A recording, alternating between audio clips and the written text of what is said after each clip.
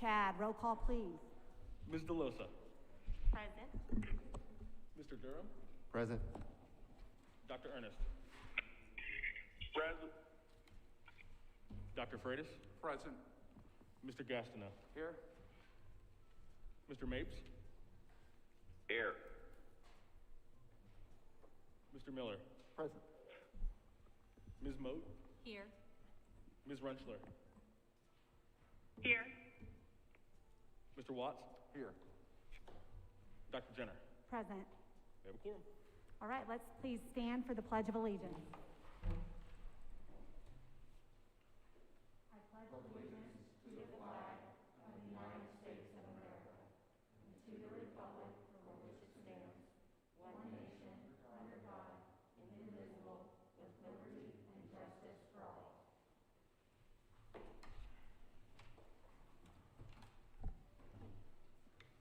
Okay, is there a motion to approve the agenda? So moved. Second. Any discussion? All in favor? Aye. Opposed? Opposed?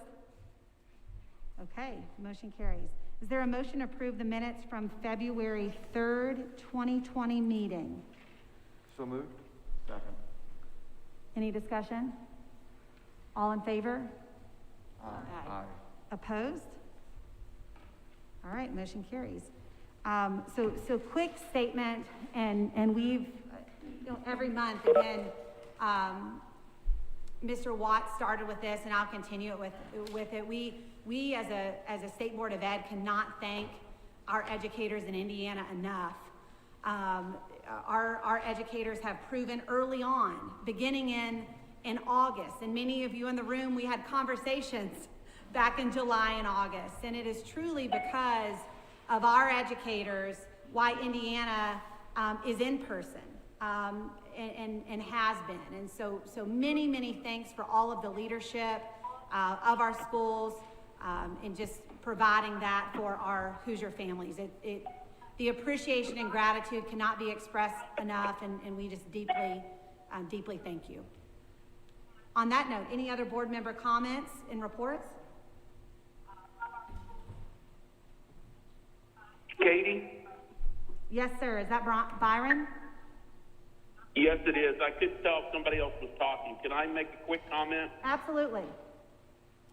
I just wanted to just point my fellow board members to our NASB Legislative Conference on March the 22nd and 23rd. Would love to have everybody present. That's a virtual event, and I know as we explore President Biden's new legislative initiatives and so forth, we've got some great things planned for that, using the interactive platform again. So I know Monica went out with information about that, but we'd love to just see all of our board members be a part of that. Yeah, Byron, I'm glad you mentioned that. So March 22nd and 23rd, and just to note, Byron Ernst on our State Board of Ed serves as the, correct me if I'm wrong, Byron, the chair of the National Association of School Boards? That's correct. That's correct. So thank you for reminding us of that, and thank you for serving in that role on behalf of Indiana and for our country. Any other board member comments? I just have one, and I've said this before, but I do want to give the kudos to the IHSAA. We've gotten some state championships in a time when we... If you are not speaking, can you mute on the call?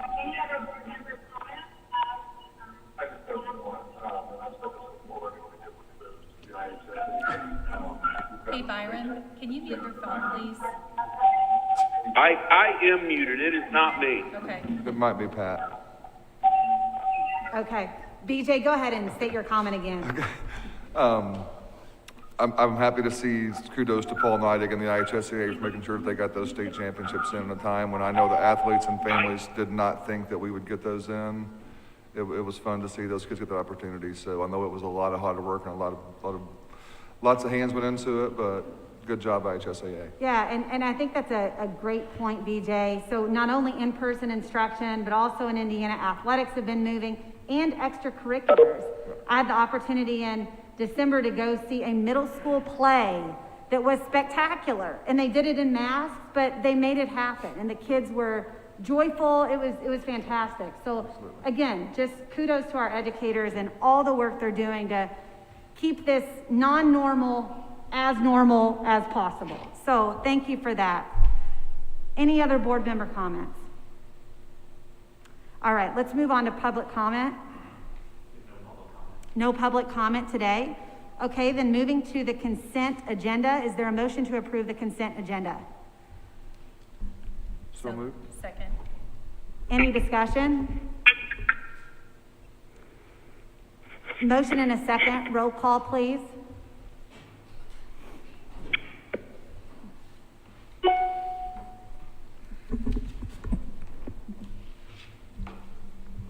Ms. DeLosa, Yes. Mr. Durham, Yes. Dr. Ernest, Yes. Dr. Freitas, Yes. Mr. Gastineau, Yes. Mr. Mapes, Yes. Mr. Miller, Aye. Ms. Moat, Yes. Ms. Runchler, Yes. Mr. Watts, Yes. and Dr. Jenner. Yes. Approved. Thank you. Next item is new business. We have the HEA 1003 flexibility waiver for the Metropolitan School District of North Posey, as well as Pike County School Corporation. Correct. And in this instance, both school corporations have asked for the exact same thing, something that's been in front of the board before.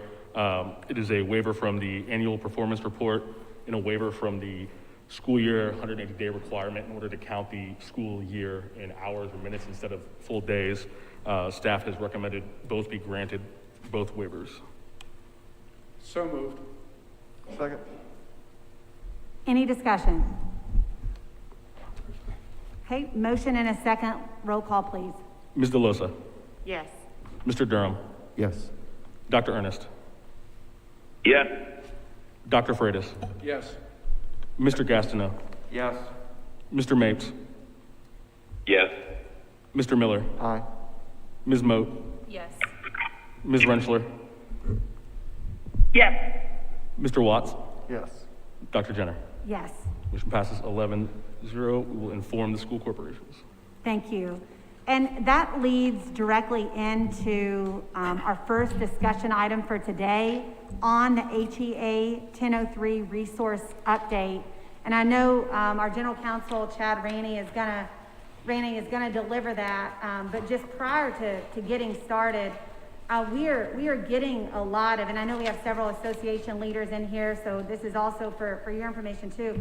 We're getting a lot of questions on the opportunities for flexibility within Indiana law.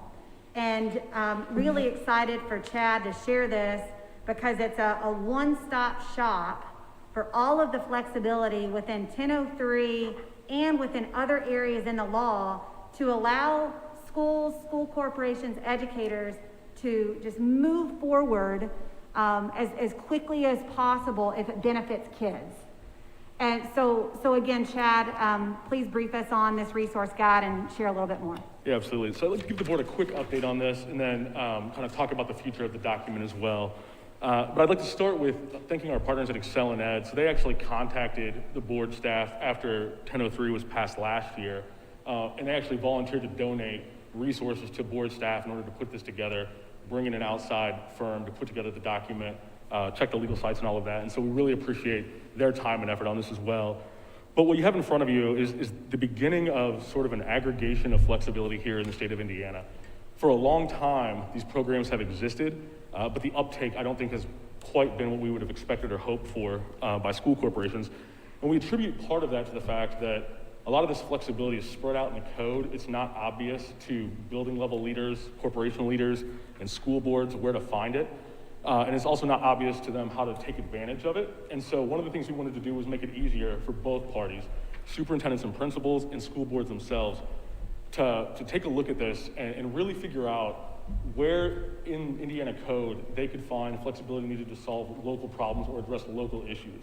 And that's one of the main things, about this document is that this is not a top-down approach to providing schools with plans or flexibility or things like that. This is truly a document that school corps can look at and boards can look at as they're trying to address problems in their local community and come up with unique plans specific to their communities. And so some of the general things about the document is this. So it covers flexibility through requests. So there's a number of ways school corporations can come to the board and request flexibility. 1003 is the most recent example of anything like that we've seen. But there are also other waivers available by statute as well, and we wanted to make schools aware of that. There's also various programs school corporations can take advantage of. In particular, the Coalition of Continuous Improvement School Districts is one, as well as Innovation Network Schools. And then there's quite a bit of flexibility, people may laugh at this, but quite a bit of flexibility built in through general home rule provisions. So anything that's not delineated in code as something the state has control over is given to school corporations to be in charge of. And so this gives examples of that as well. But as it stands right now, the guide just provides basically examples of that flexibility and how it can be used. As school corporations start taking advantage of this more, we do intend to update this guide continuously with exemplar applications, exemplar plans, and things like that. So that way school corporations have an idea of what's going on out there. But again, the purpose here is just to give school corps an idea of how big they can dream. It's not to provide such tight constraints that school corporations feel as though they need to cut and paste the applications that are in here, fill in their own stuff and things like that. And so we're really happy about this guide. We plan to work with stakeholders and partners out in the community to get this guide out there. And I think we're really excited about the potential this has while we're working through COVID, but after, as school corporations start reimagining what education is going to look like in their buildings beyond this particular year. So with that, I'll take any questions. But if any board members have comments after you've had an opportunity to review the guide, please feel free to let me know, because this is intended to be a living document. So if there are things you think should be in here or things you think should be explained more clearly, we're happy to make those changes. But with that, take any questions if there are any. Yes, David. Good morning, Chad. Good morning.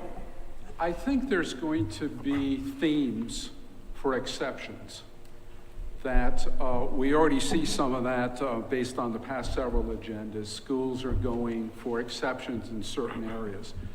And I'd like to ask you, is there a mechanism where if we see those applications time after time after time, can we make a blanket exception for that particular item?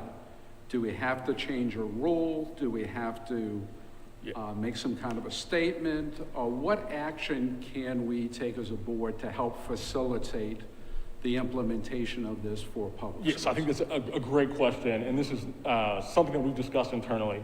And so for the waivers themselves in the plans, the answer is largely the board can't do that, grant blanket exceptions. And one of the reasons for that is a lot of these waivers have requirements that local school boards themselves actually pass resolutions approving these things prior to the board, then taking the issue up. But we are working with members of the legislature to revise some of that. As far as the board's rules go, so part of this guide and part of the 1003 flexibility waiver process is every waiver that comes before the board, staff tracks behind the scenes in a tracker, and we make notes about what's being approved, what's being requested, what's being denied. That all goes into a report that's delivered to the legislature. And the idea there is that the report itself will inform the legislature about certain statutes that maybe they need to revisit, as well as regulations on the board side. So as we start getting more of these waivers, we will be able to I think, get a better picture of some board rules and regulations that maybe need to be revised or repealed altogether. But does that answer your question? Yes. Next question is, once an exception is granted, how long is that for? Is it in perpetuity, or does it end? And secondly, how do we as a board and staff track the effectiveness of that change? So to your first question, depending on what sort of flexibility the school corporation is seeking, it depends. So the 1003 flexibility waivers that you guys have been granting for the last couple months, the school corporations have been requesting those waivers for 1 year. I think what we envision, though, is as school corporations come back and they start reimagining what school is going to look like, these waivers will be part of a larger plan to reform districts or to reform the way learning is happening. And we fully expect that those are going to take or those requests are gonna, be requests for 4 or 5 year waivers. And so that's what we envision happening. Requests for larger plans will be for larger periods of time. As far as what we're doing to track, when school corporations request some of this flexibility, we ask that they submit data points that we all agree upon that we're going to track to determine whether or not they've been successful in reaching their goals, which is the purpose for the flexibility. And so we are monitoring those things. And when waivers come up for either reissue or they're being re-requested, we will then be looking at some of those metrics to determine whether or not the things that schools are trying to accomplish are actually being accomplished. Thanks for your good work on this matter. The board has always talked about local control, and this is a way to empower local school boards to take control. And it also supports innovation, which I think is a value that many of us hold. So thanks for your work. Yeah, Dr. Freitas, I think you nailed it. Local control and innovation. And for those of you in the room and for our viewers at home, I'm not sure if we have any, Brian, but for those, this is what it looks like. We have 10. Is that what you said? 10,000? 15. No, probably not. Probably not. But this is what it looks like. Steve Baker, Todd Bass, our principal, our superintendent association, others. This document, I think so often our educators and leaders, we have so many things coming at us, right? And this first sentence of this document hits the nail on the head. It says, Indiana has taken significant steps to put local education leaders in the driver's seat when it comes to reimagining education and transforming classrooms into 21st century learning environments capable of meeting the unique needs of students they serve. That's one thing at the department we have started to share. We will keep sharing. We want to help schools get to yes, so long as it falls within the law and serves kids. And that is a mission we have, and thank you for all of your work and the team's work for putting this document together. Any other questions or comments on that? Thank you. And if it's not online already, staff will make sure it's up on both the board's website as well as the department's website. Thanks, Chad. The next item on the agenda is to learn a bit more about the Council for the Accreditation of Educator Preparation, which is also known as CAEP. And Scott Bogan, who is the Director of Higher Education and Educator Prep Programs for the Department of Education, is going to share a bit more in an informational manner. And of course, we'll open it up for questions following. Good morning, Secretary Jenner, members of the board. Thank you for this opportunity to provide some additional background information concerning the Council for the Accreditation of Educator Preparation.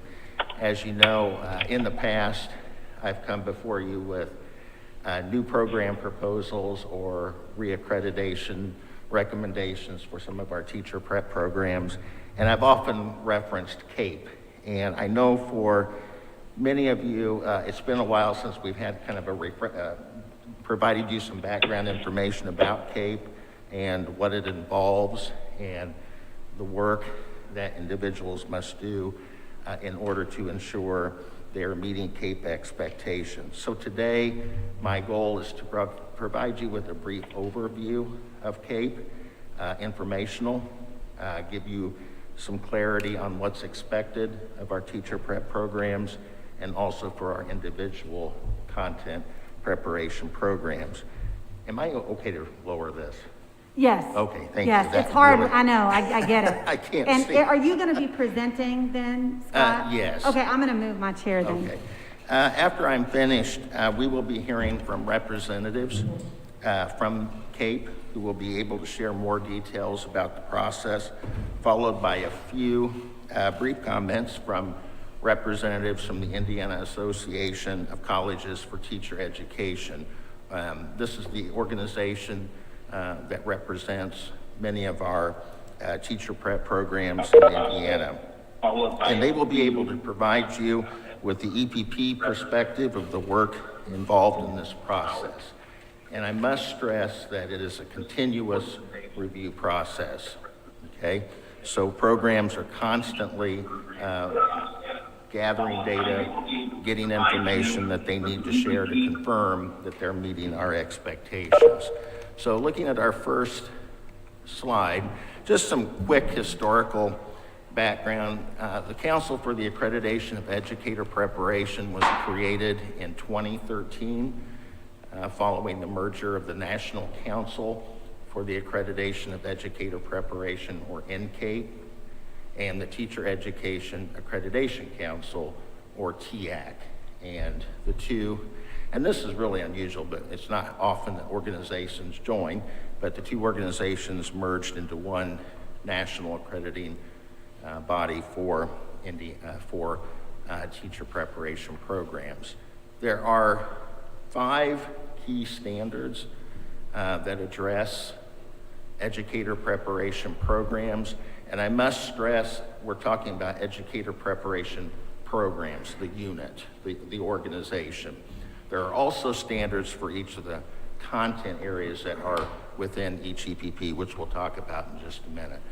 But EPPs must meet Standard 1, demonstrating that they are preparing candidates to meet the content and pedagogical knowledge or expectations of not only CAEP, but also of the state in which that EPP is housed. Standard 2, clinical partnerships and practice. There are standards, and actually, this is just the main topic. There are a lot of key components within each of these standards, so, you know, it's obviously much more in depth than in language, but they must show that they are providing quality clinical partnerships and practice for their candidates. Standard 3, candidate quality, recruitment, and selectivity. That's a key standard for ensuring that candidates who are enrolled in a teacher preparation program reflect our P12 schools and also our P12 population. So there is a focus on recruiting candidates, diverse candidates that reflect the P12 candidate pool in our nation. Each EPP, for example, must provide a recruitment plan showing how they are recruiting candidates into their program that goes beyond just the recruitment plan of their institution. Standard 4 is a key standard that is unique in comparison to what was required under NCAEP and TEAC. Standard 4 focuses on program impact. There was a time when programs were reviewed and they focused on the actual program, but they didn't really follow up with how their completers were performing in the classroom, how the principals, employers, and teachers themselves felt they were prepared. So program impact is a key component of this process, and I think one of the most helpful for those of us who are reviewing programs. Key point, are they making a positive impact on student growth? Standard 5, provider quality, continuous improvement, and capacity. There will be some revised standards implemented in 2022, and our CAEP guests may be able to provide some additional information about that. They're not major revisions or more tweaks to the existing standards. And in order to ensure that CAEP is doing what they're supposed to be doing, they too go through a periodic review process with the federal government. So they too are also continuously improving their process for ensuring quality programs. The CAEP review process includes a rigorous review process focusing on both program quality and completer performance. Most of our educator prep programs undergo an on-site visit with a CAEP team comprised of national members and at least one state member of the team. They're not all at once, thankfully. They're staggered. But typically every 5 to 7 years, an educator prep program will undergo a national accreditation visit. Peer review from nationally trained reviewers provides valuable perspectives and input. One of the key advantages to the CAEP process is it involves nationally trained reviewers. So we have individuals from other states who are coming into Indiana, reviewing our programs and giving that national perspective on program quality. CAEP standards are also referenced in our licensure rules and language pertaining to teacher preparation. The process is applicable to all EPPs, including traditional and non-traditional providers. One of the things that I want to stress is that we require all educator prep programs to undergo the CAEP review process and to seek national accreditation from CAEP. This is important because we need to ensure that all of our programs are adhering to the same expectations, same requirements, same standards, same level of rigor. And this includes our non-traditional providers. You may recall we have had a few new educator prep programs that we brought before you for approval under the transition to teaching framework, which include non-higher ed entities. Non-higher ed entities can offer transition to teaching programs. They too can undergo the same review process. So it keeps everyone on the same page as far as accountability. Our current agreement was signed in 2015, and it is an agreement. It's not a contract. We can revise it, adjust it at any time that we want. It expires in 2022. So we are reviewing our current agreement and considering some changes, minor changes to the existing agreement, which I'll talk about here in just a minute. But the key elements of our current agreement include that all educator preparation providers or programs undergo CAEP review, all of them. I know that's challenging, especially for some of our smaller programs because of the cost factor, but I guess if there's something good that has come out of this COVID situation is it has forced the review process to become a virtual process. So now we have virtual on-site visits, which has dramatically decreased the cost that EPPs have had to incur when hosting an accreditation visit. Now, I mentioned CAEP standards, mentioned CAEP review. Keep in mind that those are the standards that apply to the unit or to the provider. There are also standards that are unique to every content area. And when I say educator provider, I'm not only referring to teachers, I'm referring to school counselors, building level administrators, superintendents, and so forth. And each of our content pedagogical areas have state and national standards that they are expected to be aligned to, and that is part of the CAEP review process as well. So 3 years prior to a visit, each EPP must submit a report either to a SPA, and that's a special, it's not a fun thing, it sounds fun, a specialized professional association for a review, if there is one, or they submit it to the state. So for example, I'll mention social studies. If an institution has a social studies teacher educator preparation program within their EPP, that social studies program is required to undergo a SPA review, which is a more rigorous review than we would, I won't say more rigorous than the state review process, but it is very rigorous.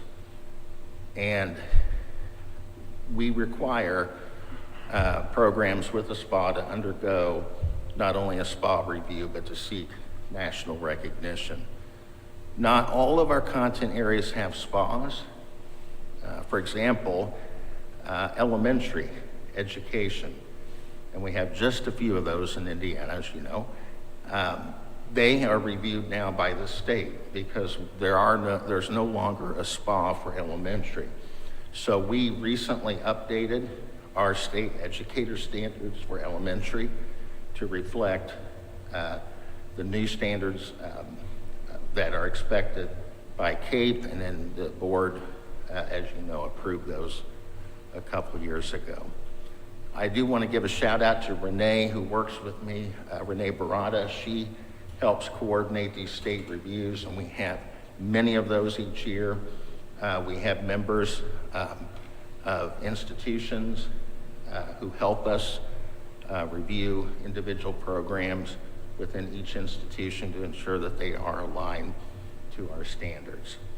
Also, our current partnership agreement requires that we have a joint team composition with at least one state member on the on-site review team. So typically every 5 to 7 years, we will have 4 to 5 individuals who will visit an EPP, conduct a 2 to 3 day on-site visit with one state member on that team. We have updated our partnership agreement, but we're still reviewing it. We've made some minor tweaks to it. It maintains the key elements of our current agreement, but it adds some language that was missing in the original agreement. We've added language regarding the role of the state board in deciding final state accreditation status for EPPs and programs. And it also references a SPA-Waiver request and state review option for programs meeting specific limited criteria. So for example, if an institution has a program, it's on the books, if you will, and they've only had one candidate in the pipeline during the past 4 to 5 years, it can be a challenge, not impossible, but it can be a challenge for that program to attain national recognition.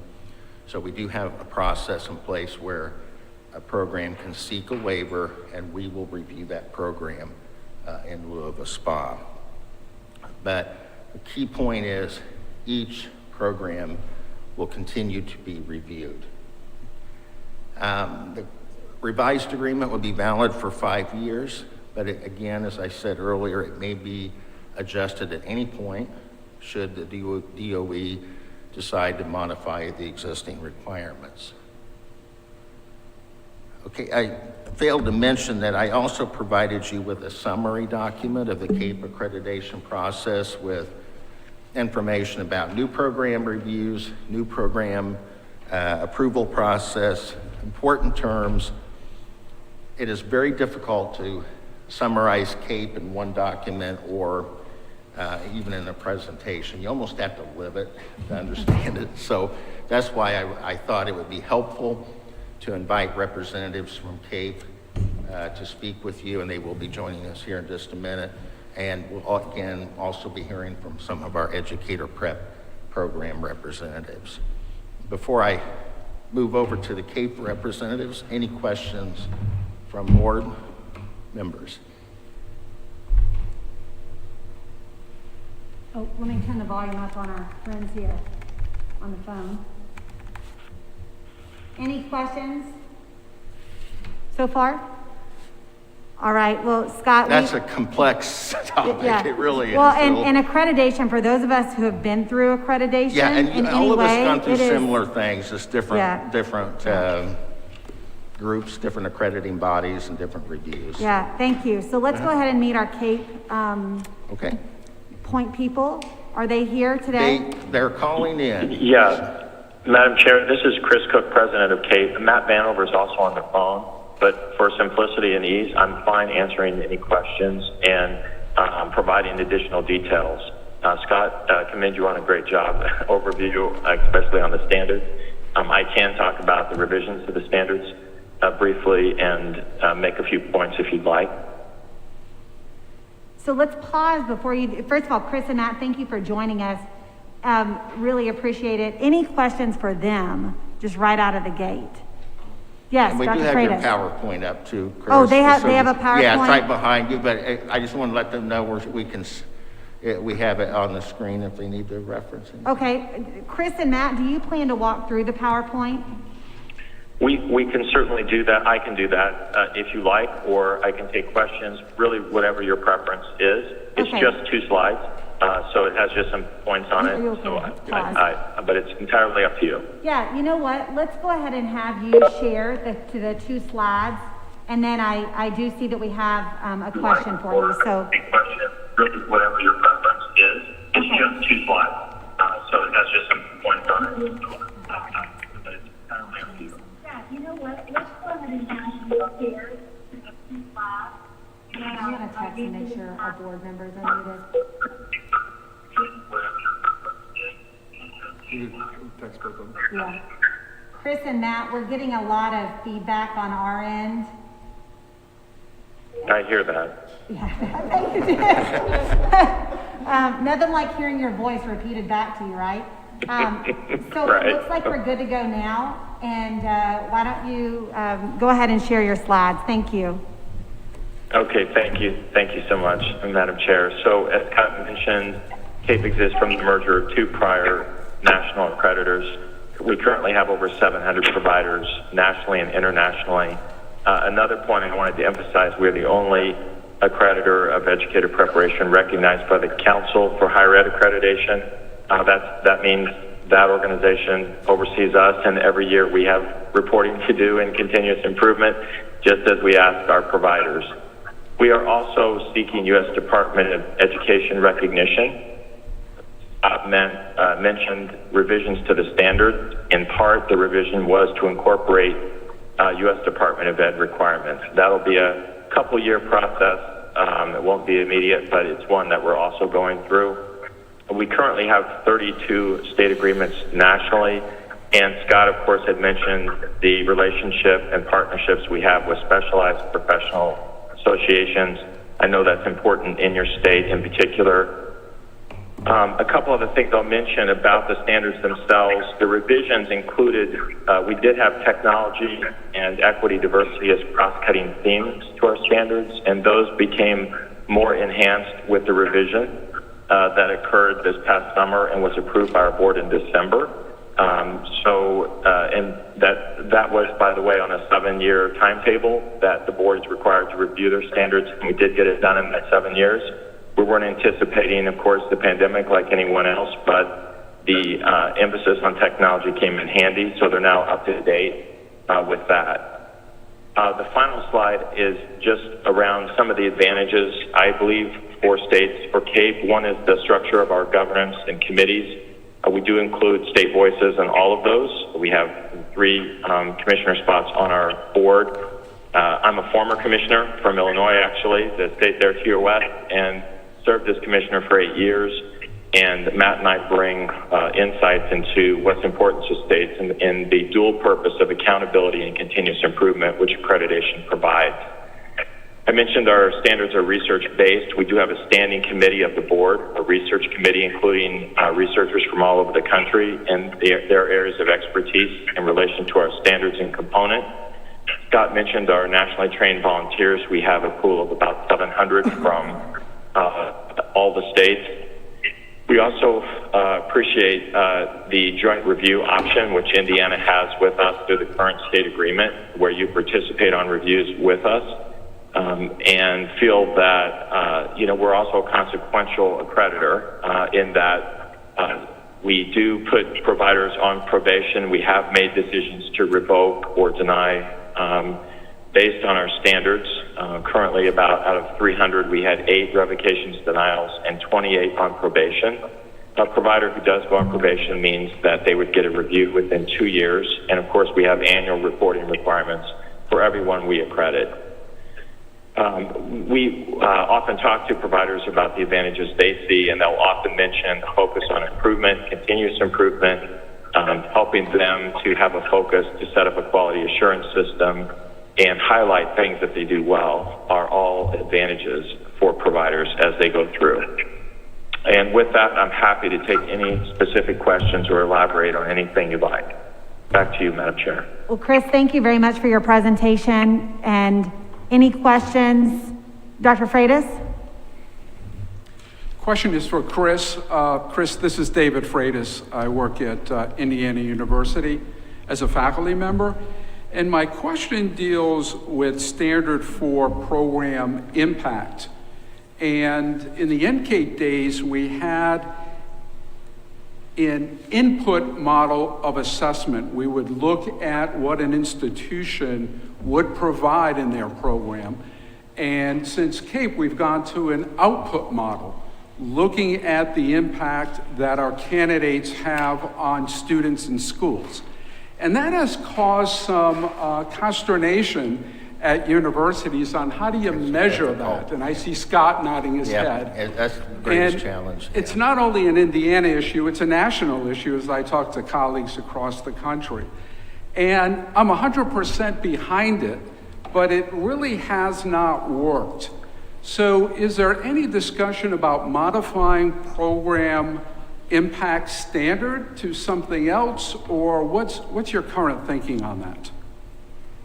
Yeah, thank you, David, for your question. I believe I heard most of it on standard 4 and program impact. So as part of the revision to the standards, we did mine the data that we had from 200 providers at the time, and program standard 4 was looked at pretty deeply. And you're absolutely right, it has been problematic for providers. What the task force and board decided to do was put additional flexibility into that standard as it was revised. So we're hopeful that that additional flexibility will be easier for providers to be able to meet, including, for example, satisfaction data and information like that, which is currently data that's accepted for standard 4. So we think the revision and streamlining of that will help providers immensely. David, is that responsive to your question? And I don't know if you've had a chance to look at the revised standard 4 in depth yet. Yeah, on the flexibility, I'd like to dig a little deeper on that. You mentioned surveys that look at satisfaction, which is certainly easier to get versus academic achievement data from schools. What other flexibility is there in the revised standards? I'm sorry, I didn't get all that question. You're asking me about something that was in the revised standard before, but I couldn't hear it, David. I'm sorry. He's asking what other flexibility is in the revised standards. Oh, okay. There's more flexibility with the types of data and information that can be provided. And so if you look at that and the language of the standard, we basically took what folks were successful doing. Keep in mind, actually standard 5 is the one that providers struggle more with, which is continuous improvement in the quality assurance system band 4. But with this revision, there's a lot more flexibility for the types of information you could provide. For example, we have, people don't know this, but a third of our programs accredited are small in number. So they have trouble with, surveys or in numbers, but they are able to do focus groups with students to get information that way. And that would be an example of what smaller institutions may be doing, and a number of them have had success in doing that. I should also mention a number of the folks accredited are minority serving institutions. About a third of those that have gone through CAEP and have been accredited are minority serving institutions as well. I'm glad to hear the flexibility. The other piece of data that's been problematic over the years is to get information from graduates of the program. So 2-3 years out, at one point there was a notion that universities needed to collect that in order to demonstrate academic integrity. Is that another example where flexibility is going to be granted for those graduates of the program 2 or 3 years out? Yes, it is. And if you would like, we can also put you in touch with our Vice President, Melina Monaco, and you could have a conversation with her specifically about what she's seen. She pretty much reads every review that goes through, so she would be able to give you a better idea of some of the ways in which providers are meeting that standard, if that's helpful. Okay, thank you, Chris. I'll follow up with you via email. Very good. Thank you, sir. Any other questions or comments? I think we've covered a lot of ground. learned a lot about CAEP and the Educator Like preparation I say, you almost process. have to live it Yes. for a while. It's Yes. very complex. And I do want to mention before we shift gears, and thank you, Chris, for speaking with us today. Again, this is not just a one-time, every 7 years event. EPPs provide an annual report to CAEP that involves a reflection on everything that they're doing in terms of these standards. So I can't emphasize enough that this is continuous. It's not, just a one-time only. It's a good point. You progress monitor throughout. That makes sense. So Yeah. Scott, thank you very much Thank you. for your work. Chris and Matt, thank you for joining us. I really appreciate the data and information that you shared on a national scope. And on that note, is there a motion to adjourn? Oh, we have guests from higher ed, I'm sorry. Oh, we Teacher do. prep Oh, reps, that okay. they called in as well. They wanted to just share their perspective. Okay, well, That's okay? good thing we didn't have a motion, because I don't know if I could have stopped it okay. from there. Honestly, no, I'm kidding. Who from higher ed is on the phone? Scott, do you want to introduce those people? Yes, we have representatives from the Indiana Association of Colleges for Teacher Education, and they do great work with our teacher prep programs. And I think we have a couple from the executive committee. I believe Sean Shriver. Are you there, Sean? And Leah Nellis? Yes, I am. Can you hear me? Yes. And I'm here as well. This is Leah. Yes, and we thought that it would be nice to hear from a small and a large program. Okay, so Sean, why don't you go first and give us about a 1 to 2 minute review of what it's like from your perspective. Actually, I think Leah was going to speak first. Great, Leah, kick us off. Yeah, I can do that. Thank you, Dr. Jenner, and I will go 1 to 2 minutes quickly here. So as Scott said, I'm Leah Nellis. I'm a member of the IACTE Executive Committee, and I also serve as the Dean of the School of Education at IU Kokomo.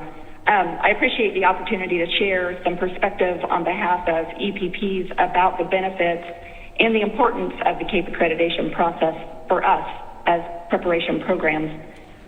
The process obviously provides a formal opportunity for us to share evidence of the ongoing process of data collection, review, and analysis that we go through on a continual basis to both evaluate the effectiveness of our programs and to inform the improvement efforts that we need to undertake relevant to the specific CAEP standards.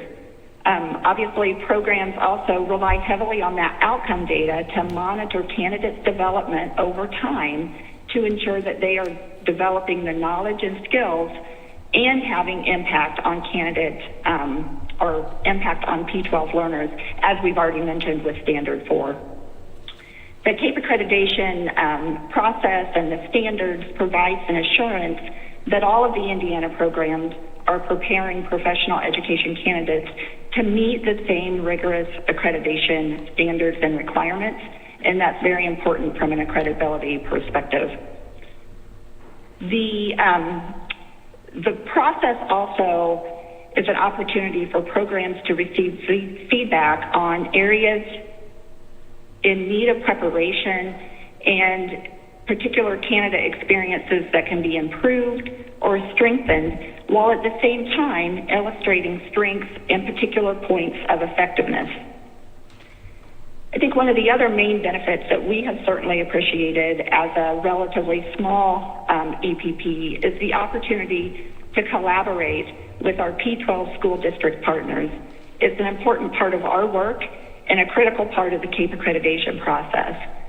Those collaborations are elevated and celebrated through the accreditation process, and they also provide important opportunities to engage our stakeholders to identify strategies to improve our candidate preparation and to align our preparation with the needs of our local school district partners.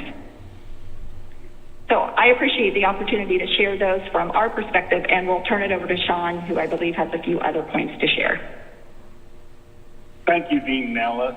I'm Sean Shriver. I'm the Accreditation and Assessment Coordinator at Ball State University, as well as a member of the executive committee of IACTE. And I might add,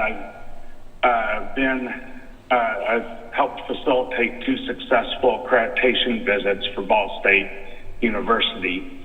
I just wanted to make a few additional points. First, I'd like to say that diversity is addressed in the CAEP accreditation process.